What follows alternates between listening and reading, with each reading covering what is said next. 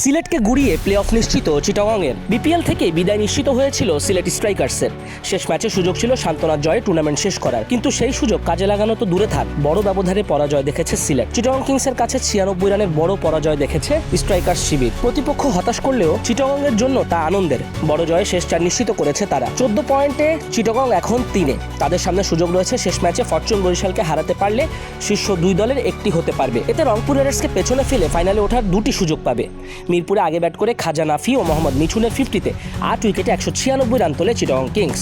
শুরুটা ভালো না হলেও দুজনের তৃতীয় উইকেটে 94 রানের জুটি দলকে 200 ছুঁই স্কোর এনে দেয়। পাকিস্তানি ওপেনার নাফির মতো সমান 52 রানে আউট হন দলের অধিনায়ক মিঠুনও। রান সমান করলেও 4 ছক্কায় অমিল ছিল দুজনের। মিঠুনের 3 ছক্কা ও 2 চারের বিপরীতে 1 4 ও 5 ছক্কা হাঁকান নাফি।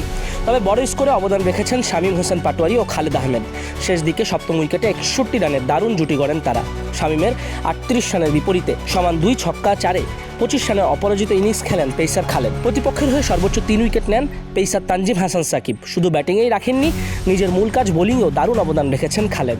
তার ও সতীর্থ শরীফুল ইসলামের পেসের তোপে দাঁড়াতেই পারেনি স্বদেশি সিলেটের ব্যাটাররা। দুজনে 4টি করে উইকেট নিয়ে 100 রানে স্ট্রাইকার শিবিরকে অল আউট হতে বাধ্য করেছেন। সিলেটের হয়ে সর্বোচ্চ 19 রান করেছেন বাঁহাতি ব্যাটার জাকির হাসান। এই হারটি ছিল সিলেটের টানা 7ম হার, আর সব মিলিয়ে 10ম হারে সবার নিচে থেকে টুর্নামেন্ট শেষ করেছে সিলেট। অদ্ভুত এক দল, চায়ের দেশের দলটা মানিজ্য ডোবালো।